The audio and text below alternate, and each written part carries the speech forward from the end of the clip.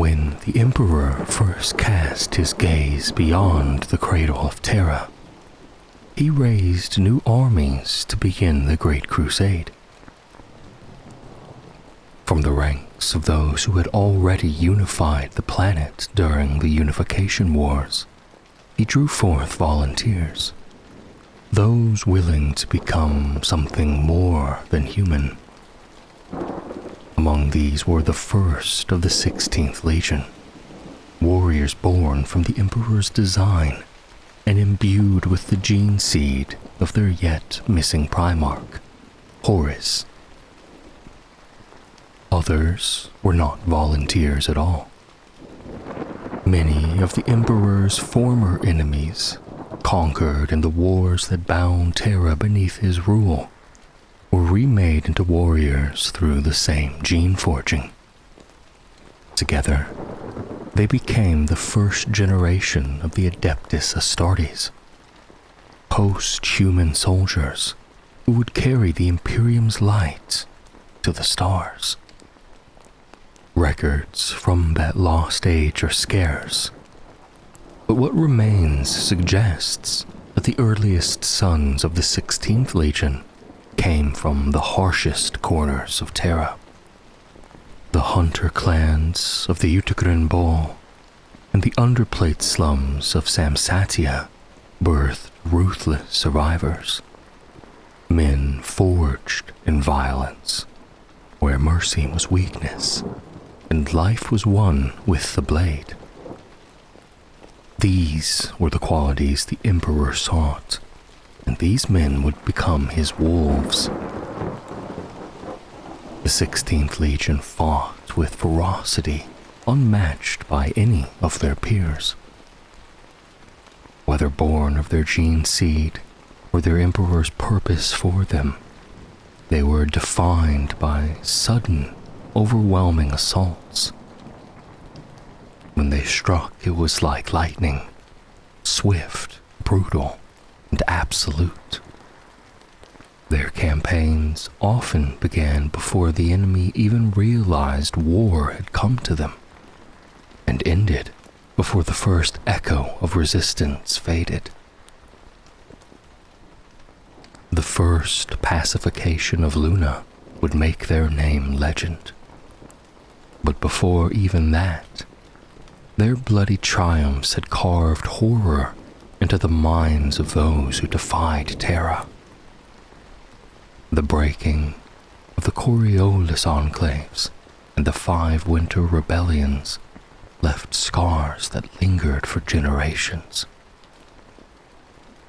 In the Capridian sinks, traders still whisper of the counting of the wolf, a grim reference to the Legion's ancient number, 16. They were said to appear without warning, descending in storm birds and storm eagles, flanked by lightning crow gunships. By the time their missiles struck home, they were already among their foes, fighting face to face in the thunder and the flame. They were proud, direct, and merciless. Laughter and mysticism were strangers to them. They were men of action, not ceremony. They fought with controlled fury. Their discipline as deadly as their aggression. The Imperium's newborn age demanded warriors such as these. Over time, the Emperor's habit of sending his wolves to crush the most defiant foes gave rise to a legend that he loosed the Wolves of Terra upon any who resisted his will.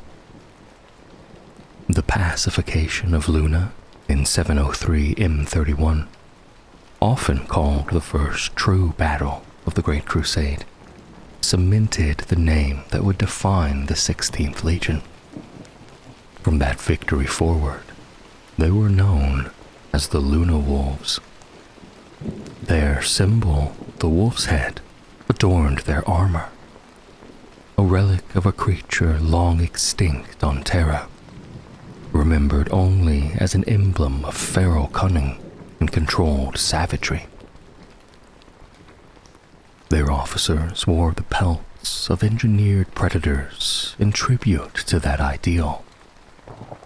Others would later take the image of the wolf as their own, but the Luna Wolves were the first. The Luna Wolves were also the first legion to recruit beyond Terra itself. Their new aspirants came from Cthonia, a world scarred by ages of mining and decay.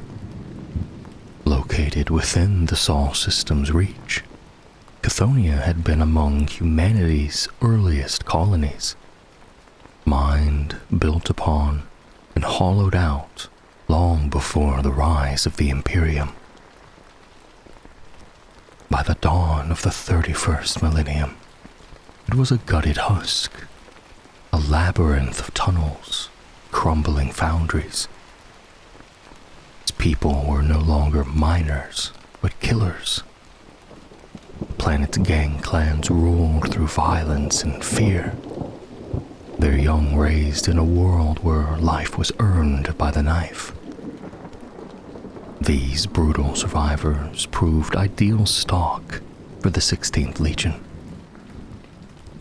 The Luna Wolves found on Cthonia not a people to uplift, but kindred spirits already shaped by blood and struggle. But they would find far more than just that on Cthonia. Horus, Primarch of the 16th Legion, was the first of the Emperor's lost sons to be found. Cast into the warp during the scattering of the Primarchs, his capsule fell closer to Terra than any other, and landed upon Cthonia itself. There, amidst the planet's murderous clans, the Emperor found his son in 801 M30. The truth of Horus's youth is veiled in myth and contradiction. Some accounts say he grew to power among the kill gangs, mastering war before the Emperor's arrival. Others insisted he returned to Terra early, raised at his father's side, as they forged the alliances between Earth and Mars that birthed the Imperium. Still, others suggest he was discovered elsewhere entirely, his origins lost to the fog of allegory and worship. Whatever the truth, one fact is certain. For decades, Horus was the Emperor's only son. The bond between them was deep and unbreakable. The Emperor taught him the arts of command, the burden of leadership, and the vision of the Imperium to come. When Horus was placed in command of the 16th Legion, already known as the Luna Wolves, he inherited 10,000 warriors crafted from his own gene seed. With them, he marched beside his father at the dawn of the Great Crusade, leading fleets into the stars to reclaim humanity's scattered worlds. For 30 years, the Emperor and his favorite son fought side by side. Together, they broke the first chains of ignorance and forged the early Imperium. In those years, the Luna Wolves were the tip of the Emperor's spear, his chosen hunters, his executioners, and the instrument through which the dream of a unified mankind first took form among the stars.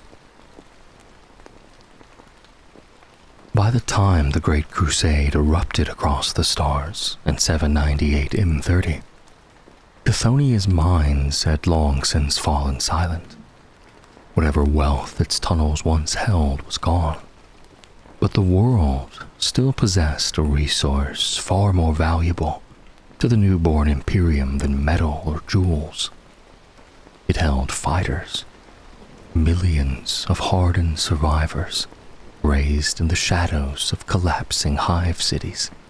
shaped by violence, and utterly without illusions about the horrors waiting beyond the sky.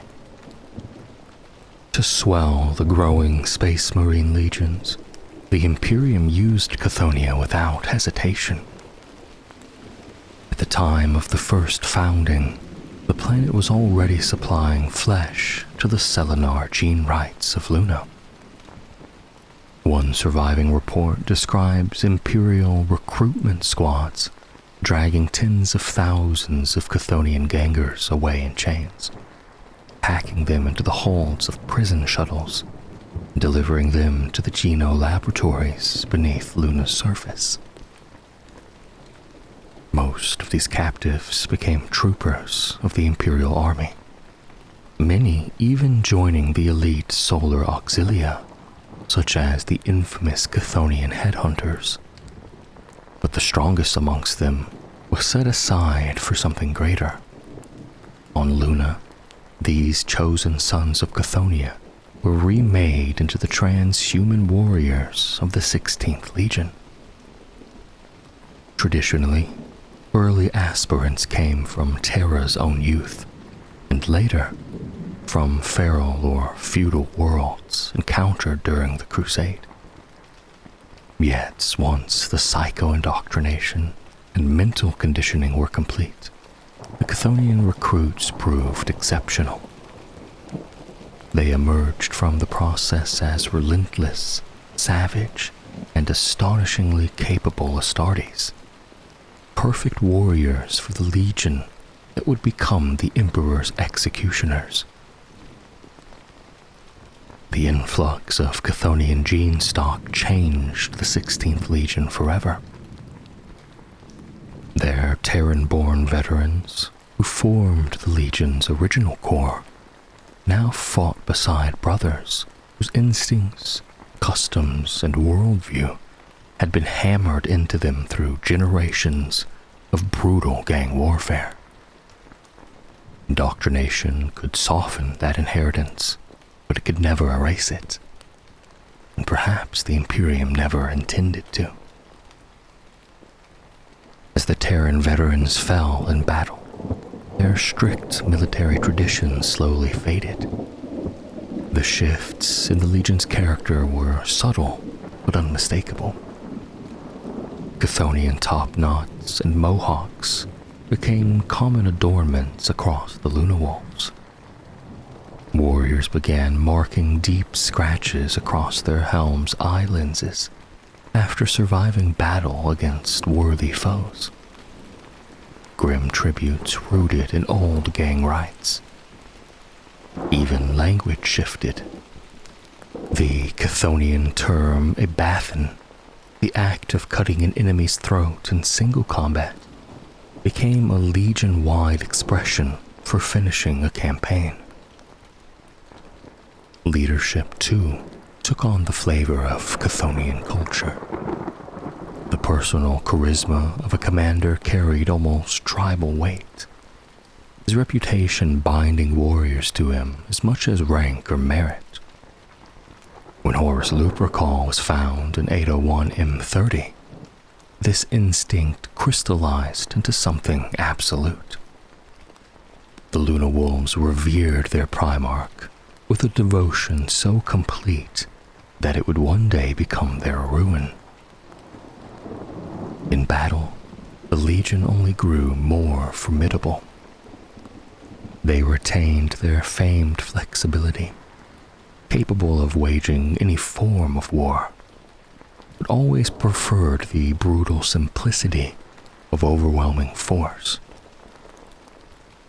Their doctrine fused Chthonian ferocity with Horus's unmatched tactical genius. When a star system was chosen for compliance, it often fell in a single, coordinated assault.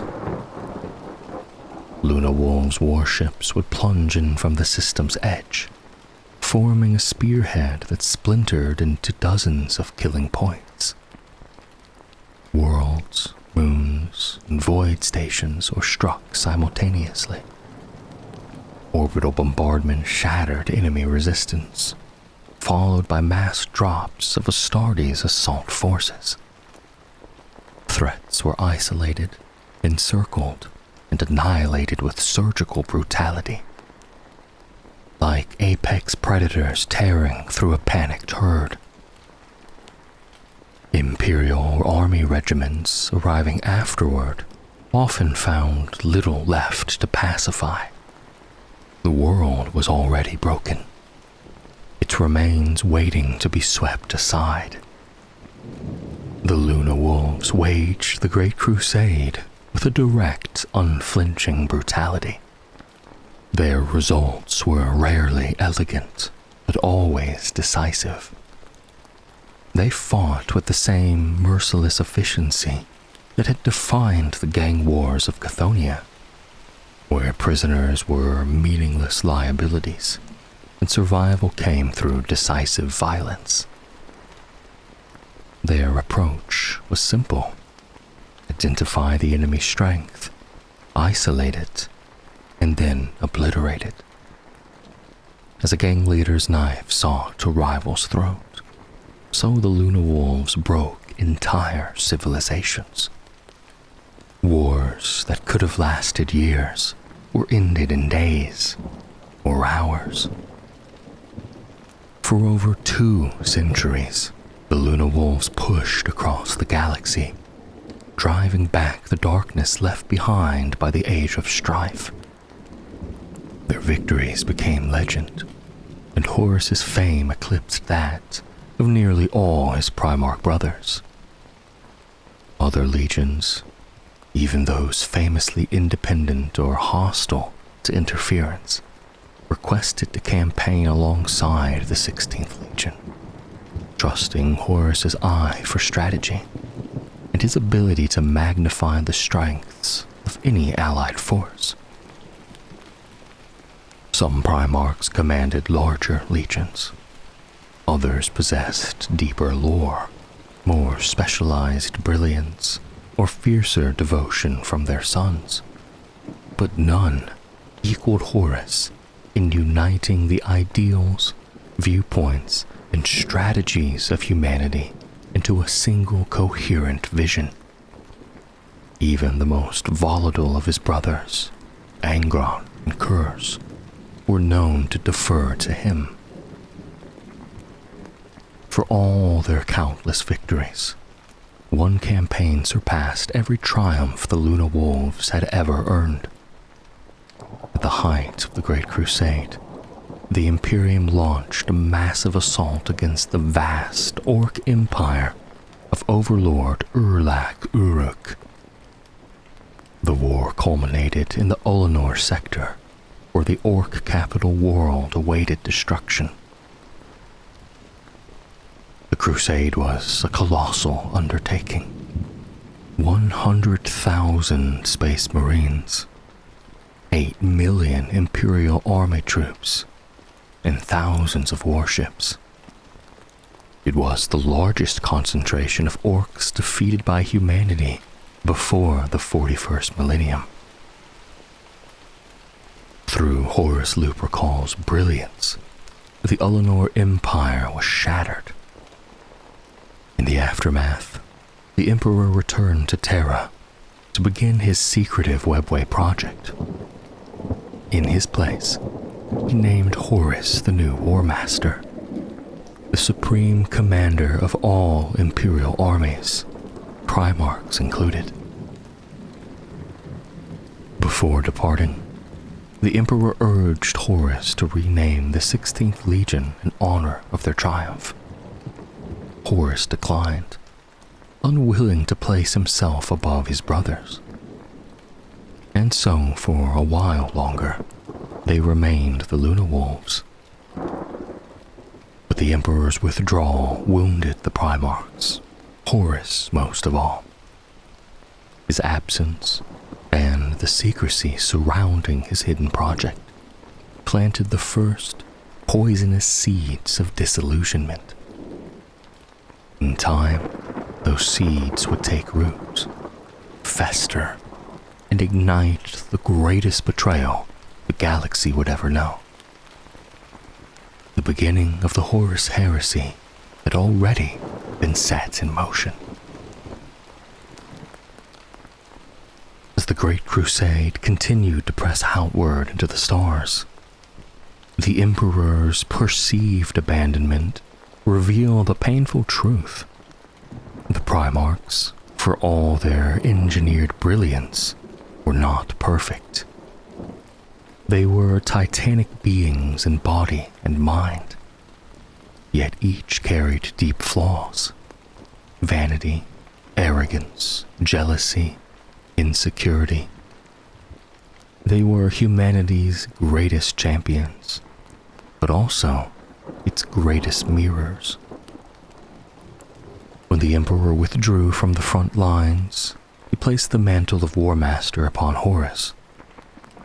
Horus accepted this immense responsibility with fierce dedication, determined to honor the trust his father had shown him. Yet, as he assumed command, the cracks among the Primarchs widened. Many resented the Emperor's sudden departure.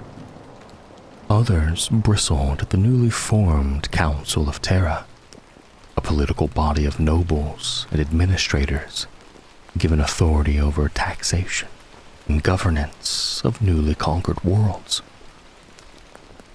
Only a handful of Primarchs, among them the calculating Lorgar, stood firmly beside their brother during this time of uncertainty. The situation was worsened by the Emperor's silence.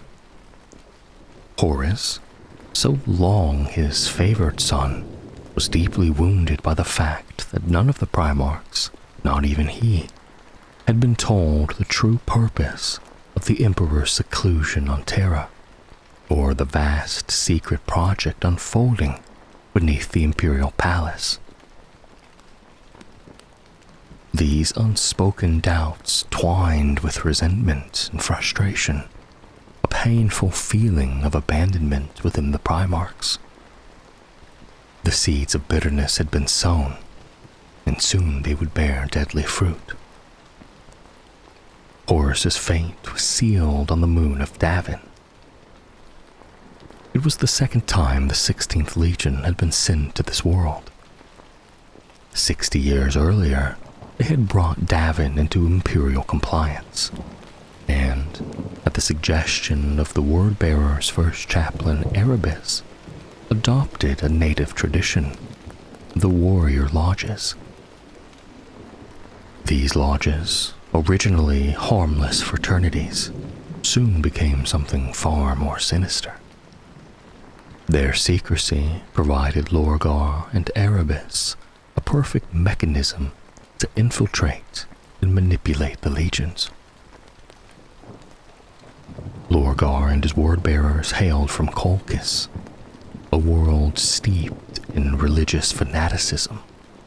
They had worshipped the Emperor as a god, and had tried to spread that faith throughout the Imperium. But the Emperor despised organized religion, believing it had poisoned humanity's past. He denounced his own divinity and demanded obedience to the imperial truth, a doctrine of rationality and science. When the Emperor humiliated the word-bearers on Kur and ordered the Ultramarines to raise their temples, Lorgar was shattered. In his grief and wounded devotion, he embarked on the pilgrimage of Lorgar, seeking true divinity. His quest ended in corruption. The ruinous powers accepted the devotion from Lorgar that the Emperor had rejected, and soon the entire 17th Legion of Word-Bearers was tainted by chaos. Their first task from their new gods was clear: corrupt the greatest of the Emperor's sons, War Master Horus. And on Davin's moon, the trap was sprung. The governor Horus had once left behind, Eugen Timba, had fallen to the worship of Nurgle and transformed into a bloated abomination leading hordes of undead plague zombies. The creature wielded a Xenos weapon, the Kindbrock Anathame, a blade stolen from the Interrex by Erebus. During the battle aboard Timba's ruined cruiser, the living metal weapon struck Horus, leaving a wound so toxic that even the 16th Legion's apothecaries could not heal it. Desperation opened the door, and Erebus convinced the Sons of Horus's warrior lodge to allow Davenite shamans to heal the dying Warmaster. These shamans were no healers. They were the Serpent Lodge, a chaos coven. In their temple, the Delphos, they enacted a ritual that tore Horus's spirit from his body and cast it into the warp. There, Horus was shown a vision.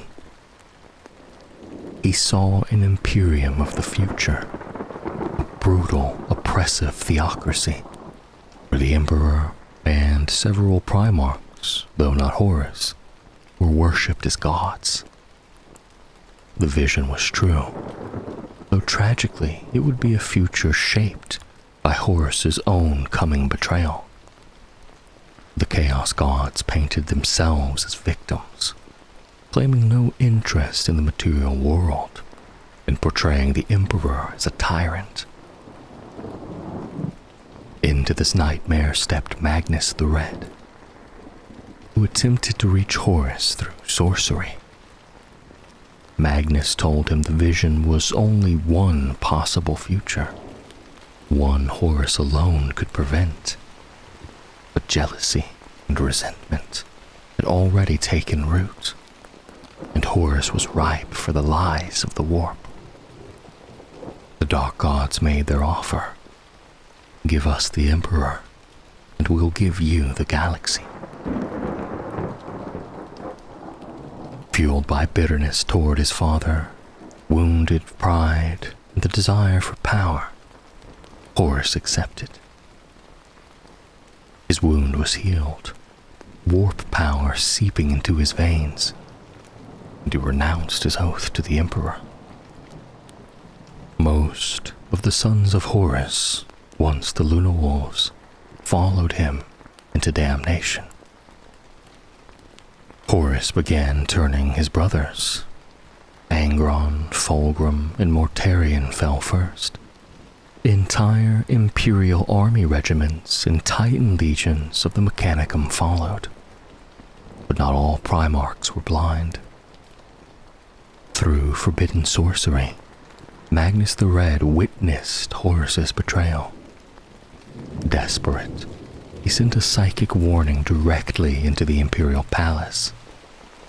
His message reached Terra, but shattered the Emperor's wards in the process, rupturing even the defenses of the secret Webway project underway below the palace.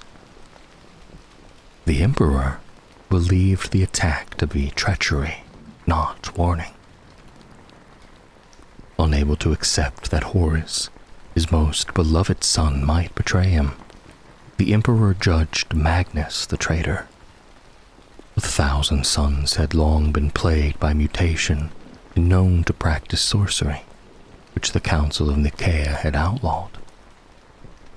The Emperor ordered Leman Russ, Magnus's bitter rival, to take the Space Wolves and the Sister of Silence to bring Magnus to Terra alive to stand trial.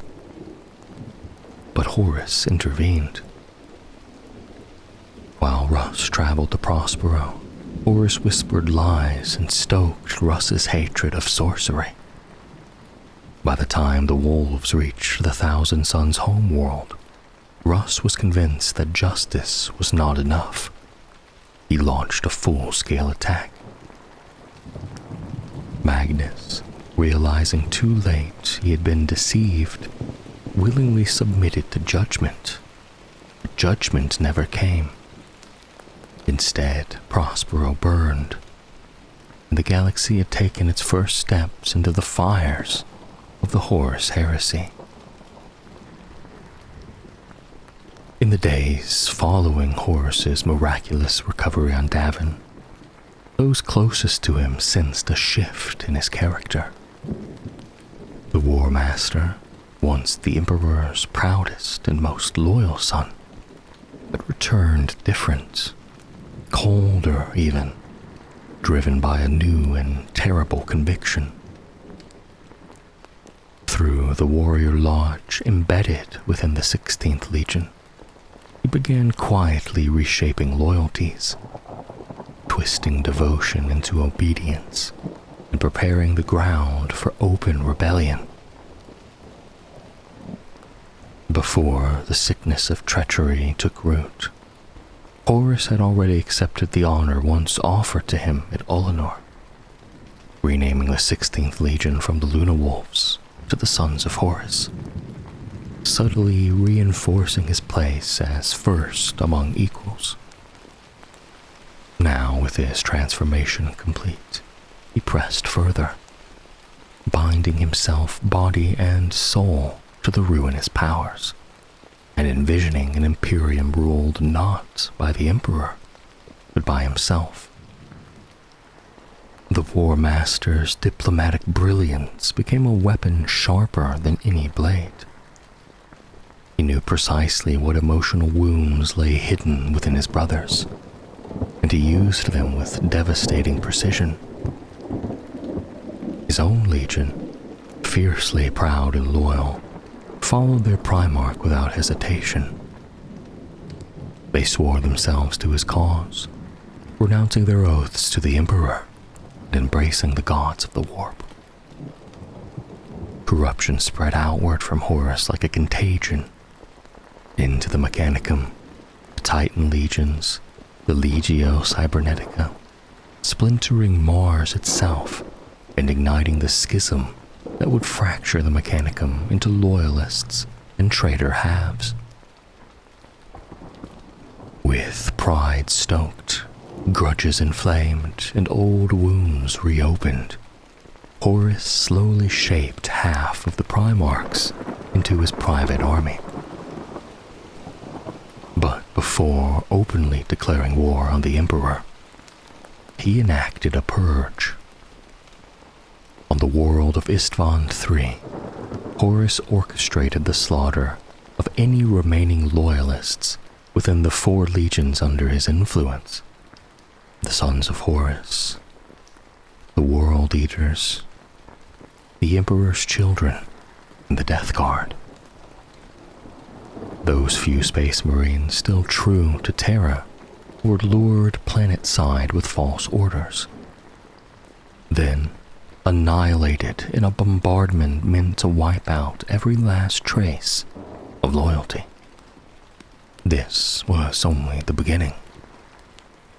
Soon after, the War Master would carve a deeper wound in the Imperium at Istvan V, where the Dropside Massacre nearly destroyed 3 entire Loyalist legions. And so the galaxy descended into the long night. For 9 bloody Terran years, the Horus heresy raged across the stars. A civil war unlike anything humanity had ever endured. Brother fought brother. Legion was pitted against legion, and worlds burned in a frenzy of betrayal and vengeance. The Imperium shook under the weight of a conflict it was never meant to survive. By the time Horus carved his brutal path toward Terra, the Sons of Horus stood at the head of a vast army of traitor Space Marines, demonic engines, corrupted Titans, and faithless regiments of the Imperial army. Never again would the Legion stand so mighty. At the height of the siege of Terra, Abaddon, first captain of the Sons of Horus, led the black-armored Terminators of the Justaerin in the vanguard.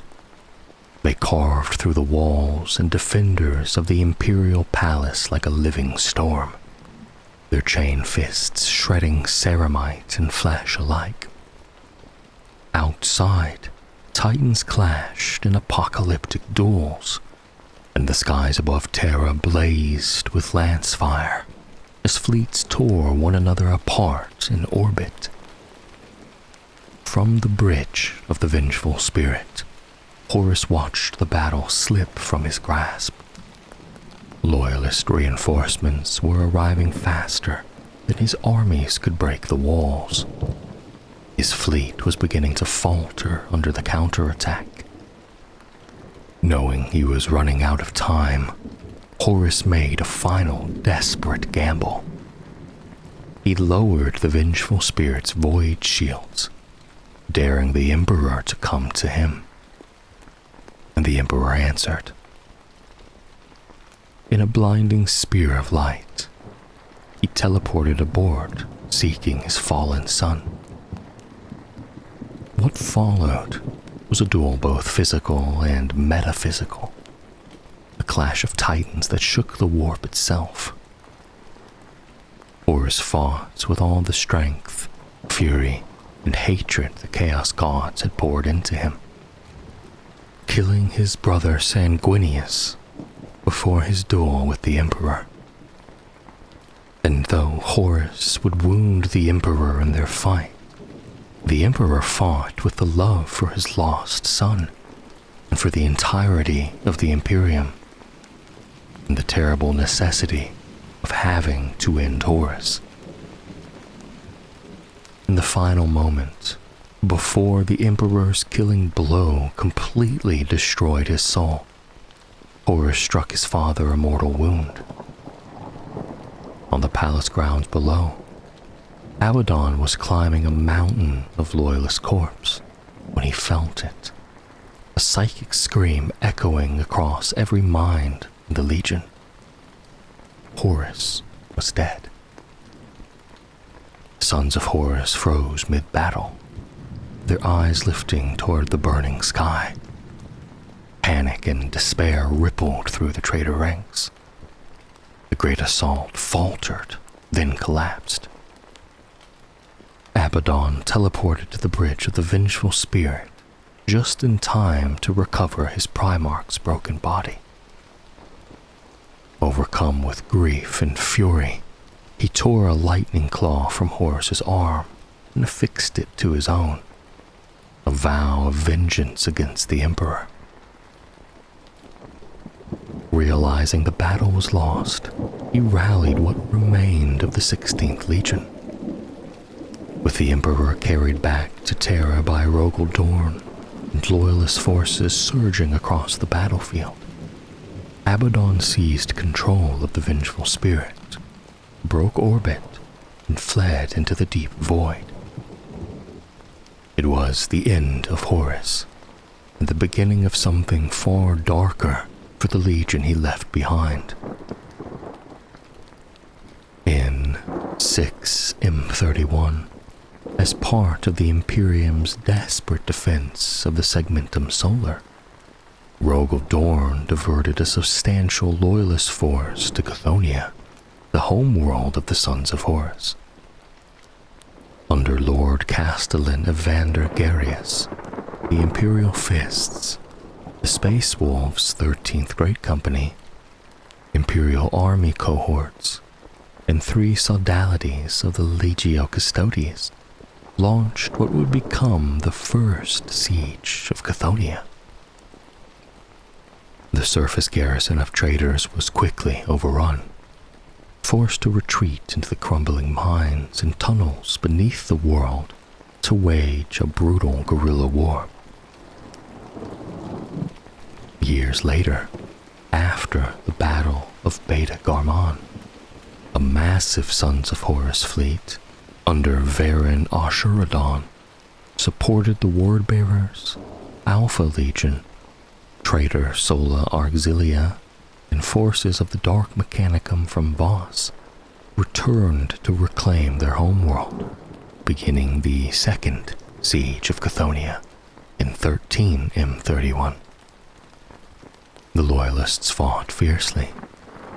Garius and his Imperial Fists dealt grievous losses to the traitors. though the Sons of Horus succeeded in destroying most of the Loyalist Titan assets. By 14M31, with the traitors slowly gaining ground, the two armies clashed at the hive city known as Traitors' Gate. It was then that a vast Dark Angels fleet under Marduk Cedras arrived in orbit, obliterated the traitor fleet, and issued a stark ultimatum. All forces must evacuate Cthonia or face annihilation from orbit. Neither side withdrew, so the Dark Angels opened fire. Chthonia's surface burned. In fury, Garius turned the world's defense lasers on the arriving Dark Angels, but they barely scratched the massive First Legion warships. Then the Dark Angels deployed the Dreadwing. Vortex bombs were planted at key geological fault lines. When detonated, they tore open simultaneous warp rifts across the planet. Cthonia, home world of the 16th Legion, cradle of the Sons of Horus, was ripped apart. Both Loyalist and traitors attempted evacuation, but only their commanders escaped.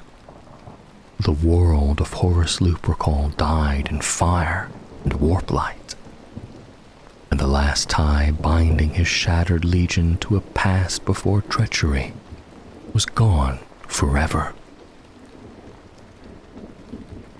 In the aftermath of the Siege of Terra, when the Emperor lay broken upon his golden throne, and the War Master Horus lay dead aboard the Vengeful Spirit, the 16th Legion fled into the void.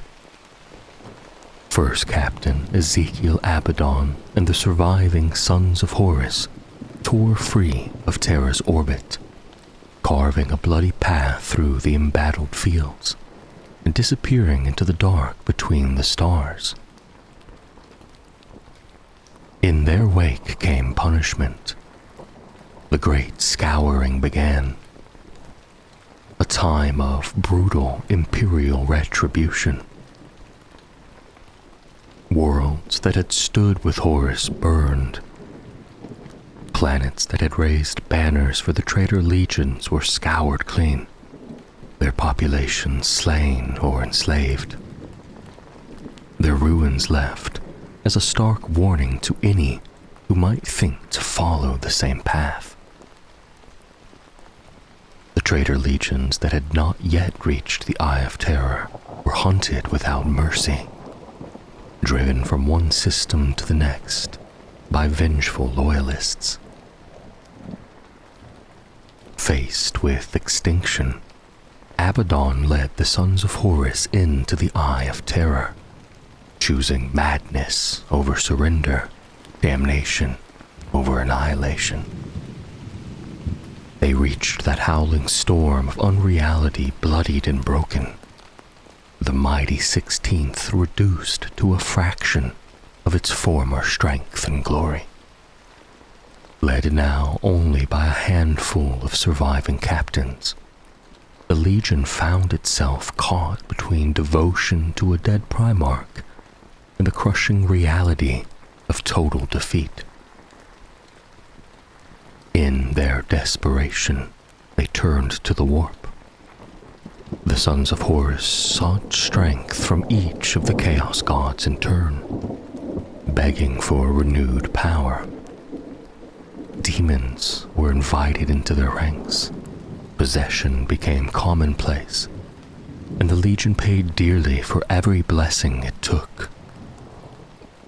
All the while, their former allies turned against them. As the traitor legions fell upon one another within the Eye, the Dark Gods toyed with their new champions, reshaping them, breaking them, and twisting them to serve their own eternal wars. At last, even Abaddon walked away. Shattered by Horus's death, And weary of the endless conflict, he abandoned the Legion and vanished into the depths of the Eye on a solitary dark pilgrimage. The Sons of Horus, still clutching the body of their fallen Gene Father preserved in stasis, withdrew deeper into the madness, turning their backs on the Legion wars raging around them. On the demon worlds of Malium, a graveyard of rust and steel surrounded by living darkness and the bones of dead warp dragons, they raised a fortress. They called it Lupercalios. With thousands of Imperial slaves, they built a mighty citadel from the broken carcasses of starships lost to the warp. Its spires and towers formed from the jagged prows of ancient voidcraft. In its heart, they entombed Horus. Inside a spiraling chamber of bone-white stone, bathed in flickering golden light, the War Master's corpse hung suspended, his perfect form forever poised above his sons. As far as the eye could see, the walls were carved with his deeds. Every victory, every conquest, every battlefield immortalized in stone. Each day, the Legion gathered beneath their dead Primarch, renewing their oaths, unable or unwilling to seek another master. Lupercalios became both fortress and mausoleum. With their Primarch dead and their Legion teetering on the edge of extinction, the Sons of Horus stagnated. Demons attacked them without end, and many Astartes succumbed to possession, their minds and bodies consumed by the warp's insidious entities. Some argued that they should swear themselves fully to a single chaos power, trading divided attention for focused patronage. Others vehemently refused. The 16th Legion had already worn the yoke of the Emperor and watched it drag them into damnation. They would not bow so easily again. Their pride burned fiercely. If they were to serve any master, it would be one of their own, never some distant god. All the while, the Eye of Terror burned with war. The traitor legions tore each other apart in the Legion Wars, but the Sons of Horus stayed apart, barricaded within Lupercalios, worshipping a corpse and raising their fortress ever higher. That isolation only made them more tempting prey. To the debased Emperor's children, the prize was irresistible. Horus's body was more than a relic. It was a treasure trove of genetic and biological secrets, a potential weapon. In a sudden, savage assault, the Emperor's children, swollen with power after forging damnable pacts with Slanesh, smashed through the Malium's defenses and tore into the heart of Lupercalios. They seized the War Master's corpse and carried it away. Some whispered that the body was destined for Fabius Bile, who intended to clone Horus and forge a new, greater War Master to reunite the traitor legions. The Sons of Horus were left in ruins. Their fortress was shattered, their legion decimated, their Primarch's body stolen. Standing on the brink of annihilation, the 16th Legion turned inward. Despair and fury ignited into open conflict, captains turned on one another. Bloodshed followed, and the Sons of Horus began to devour themselves. It was then that Ezekiel Abaddon returned. From afar, he watched Melium tearing itself apart. In that moment of cold clarity, he saw the truth.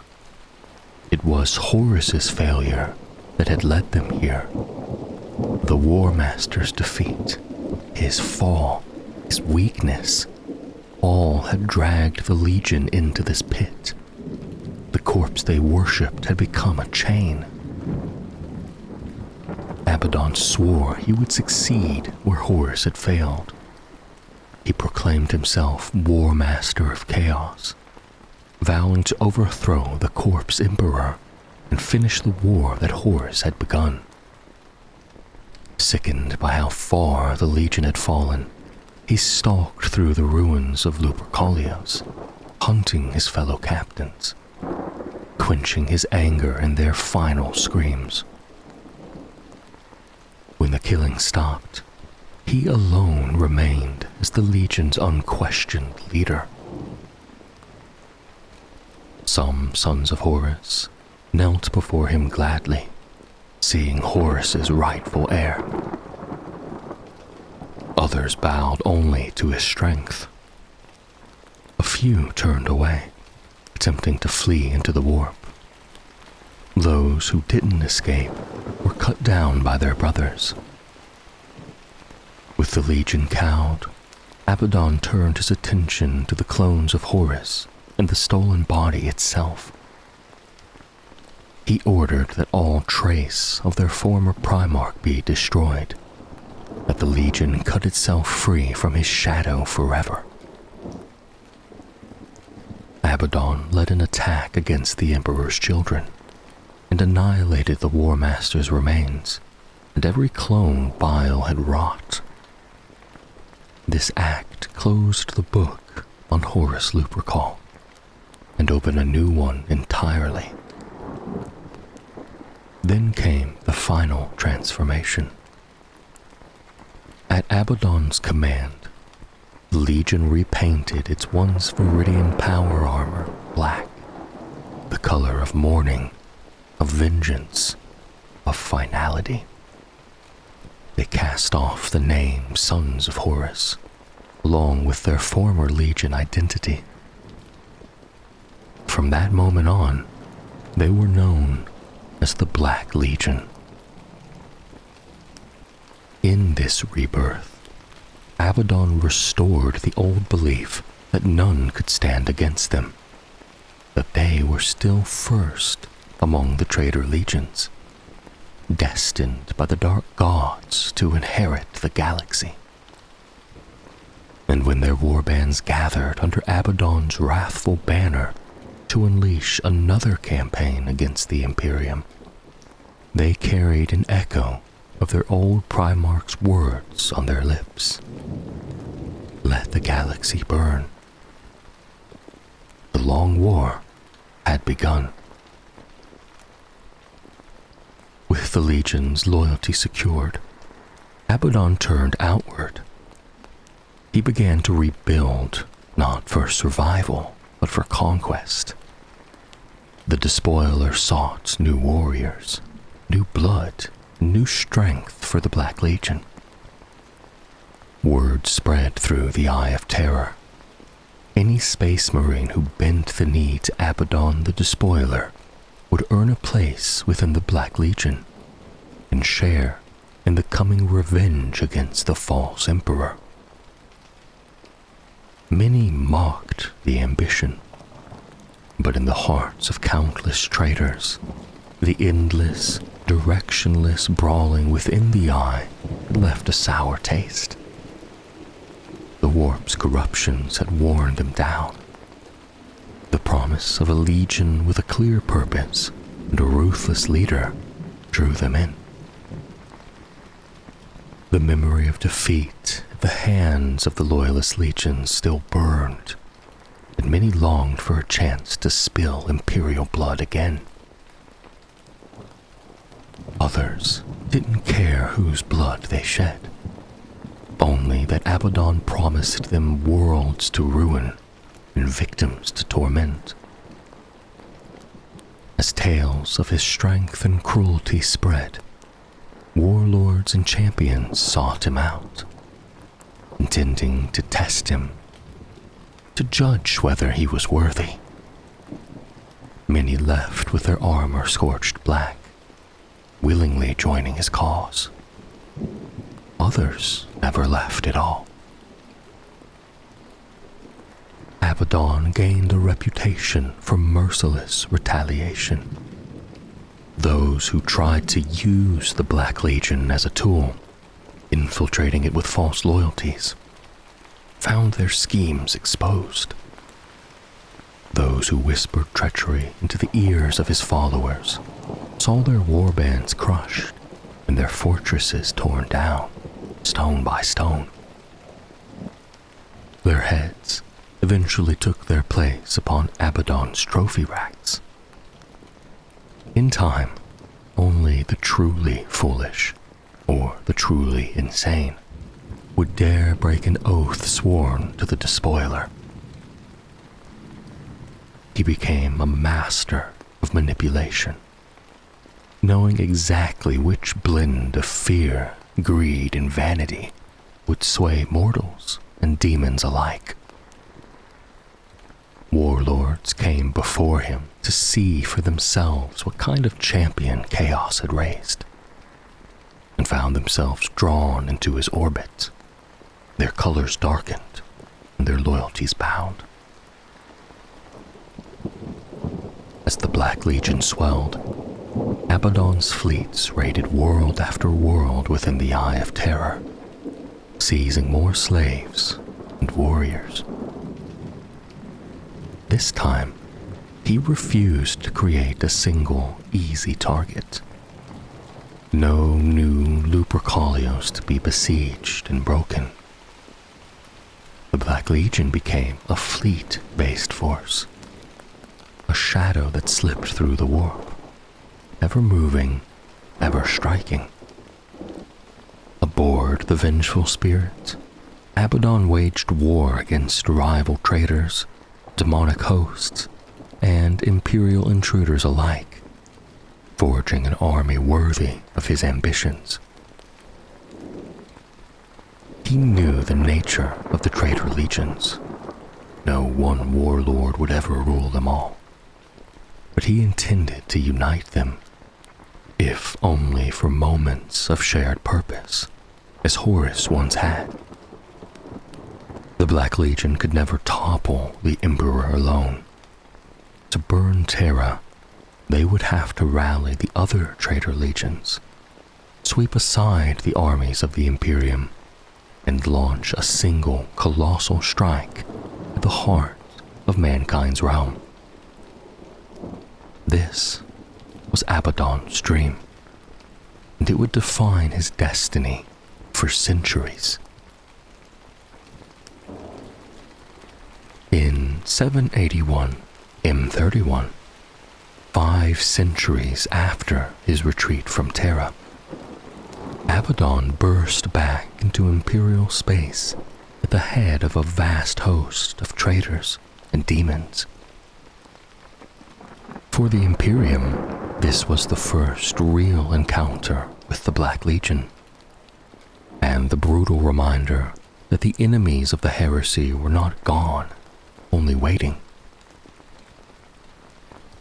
During the Great Scouring, Abaddon had lingered within the Eye of Terror, rebuilding the Legion into a black mirror of its former glory. Now the Black Legion and their allies returned, ready to write the first chapters of the long war in the blood of Imperial worlds. Through a mix of alliances, threats, and promises, Abaddon gathered the greatest force of traitor legions seen since the heresy itself. Worlds near the Eye fell into panic and flame as legions dropped from the skies and demons tore reality apart. Only Cthonia, with its fortress cities and indomitable regiments, held fast, fighting from tower bastions while lesser planets burned. The Imperium scrambled to respond. Newly founded chapters from the second founding were diverted from other campaigns to stem the tide. The traitor legions exulted in their return, slaughtering billions and packing their holds with slaves. On dozens of worlds, the Black Legion fought with the same ruthless efficiency and savagery that had once made the Luna Wolves legendary. Abaddon chose his generals well. Each sought to outdo the others in atrocity. On the agri-world of Valicia, Zagthean the Broken turned a planet of blood rose orchards into a nightmare. He wove a maze of living thorns, blinded his prisoners, and cast them into its twisting paths. There they wandered, bleeding and half-mad, listening for the sound of their hunter closing in, breathing in the thick, sweet scent of their own blood, until he chose to end their terror. On Melphia, a world of floating hive cities, the raptor commander Erelak unleashed devastation from above.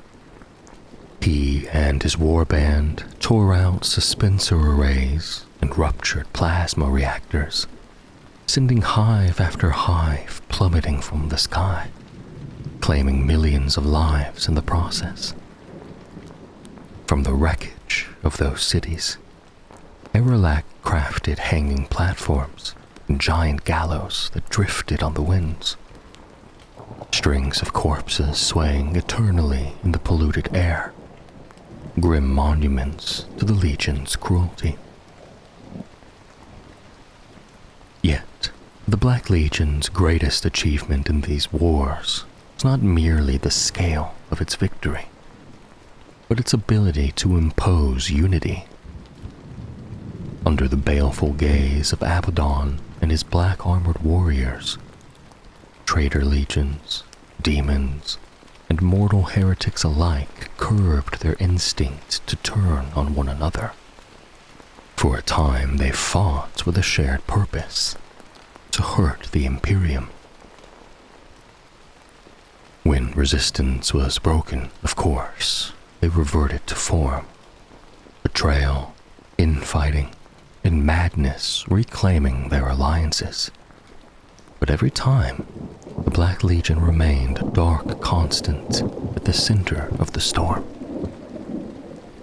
From that point onward, the pattern became grimly familiar.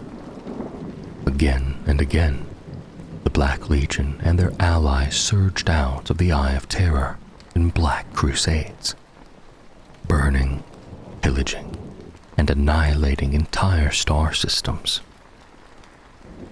Wars raged for decades, sometimes even centuries. Then, just as suddenly as they arrived, the Black Legion vanished back into the warp, holds stuffed with slaves, relics, and plunder. The Segmentum Obscurus suffered worse, but nowhere was truly safe. Time and again, the Black Legion proved they could strike wherever they wished, under dying stars and over burning cities. They destroyed symbols of the Emperor's rule, slaughtered his servants, and reminded the galaxy that the long war would never truly end. For the Imperium, the name of the Black Legion became synonymous with relentless, merciless hatred. For Abaddon, each crusade was just another step toward his ultimate goal.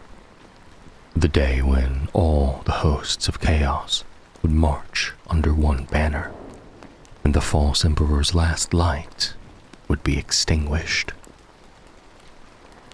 While the bloodletting of the first Black Crusade reached its fever pitch, cities burning, worlds emptied to feed the darkest desires of the traitor legions, Abaddon pursued a quieter, more personal objective.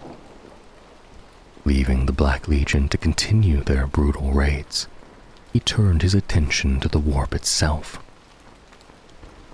The countless deaths of the Crusade had filled the Imperium with screaming souls and the psychic stench of terror. Abaddon used that storm of emotion as currency. In return for this feast of despair, pain, and anguish, the dark gods gave him something far more valuable than blood or plunder. They gave him knowledge. From their whispers, he learned of the Tower of Silence on the world of Urlan. Shrouded by the shadow of the Eye of Terror, Urlan was a world of dark rumor, spoken of in demonic lore as a place where the gods themselves locked away their secrets. Guided by fate threads unraveled by his chaos sorcerers, Abaddon discovered a hidden path through the warp, a concealed route that allowed him to reach Urlan without ever breaching the Cadian Gate. With a hand-picked cadre of Black Legion elite, veterans of 1,000 battles, Abaddon set foot on Urlan and entered the Tower of Silence. The tower did not welcome them. Its guardians descended like living shadows, ancient constructs of dark energy that flickered and shifted, their claws raking at the tattered edges of the warriors' souls. The battle was bitter and otherworldly, fought on a threshold between reality and nightmare. But Abaddon and his chosen did not break. When the last of the constructs fell, the War Master pressed deeper into the tower's heart. He climbed down into the mirrored depths of Urlan, into a haunted labyrinth where reflections and spirits swirled together. There he wandered for what felt like an age, hounded by the dead, their cold hands forever reaching to pull him into their ranks. Step by step, battle by battle, he forced his way toward the heart of the maze. At its center, suspended in the air, hung a shard of shifting darkness. Abaddon reached into the void. His fingers closed around a cold hilt, and he dragged the weapon into reality. Before his eyes, the demon sword, Drak Nien, took form, a blade of warp hate and shrieking malice. What the sword claimed, Abaddon's power swelled to inhuman proportions. The War Master of Chaos became almost unstoppable. In the wars that followed, whole cities burned as sacrifices to ever-hungry demons. Entire armies were ripped apart by gibbering warp entities, called forth by Abaddon's will. The dark gods rewarded him lavishly, and he performed acts of fiendish bravery that horrified all who stood against him. Each victory was another step toward the destiny he carved with Drak Nien's edge. Infused with the might of chaos, and wielding this newly claimed demon sword, Abaddon led the Black Legion to ever greater heights during the Black Crusades. Under his command, they claimed victory after victory, their triumphs piling high. For the 16th Legion, it was a darkly glorious time. The oceans of blood they spilled washed away some of the sting of the Horus heresy, and the memory of their great defeat at the Emperor's palace. But even the most violent storm eventually wanes. The Imperium rallied. In answer to their threat, it gathered its newly formed Space Marine chapters and Titan legions and hurled them into the fray. Though the crusade was eventually forced to an end, the cost to the Imperium was staggering. Scores of worlds had been silenced forever, their populations wiped out. Millions of slaves were dragged screaming back into the Eye of Terror. Abaddon had achieved what he needed. He had tested the defenses of the Imperium. He had fed the dark gods and grown mighty through their favor. He now bore Drachnian at his side.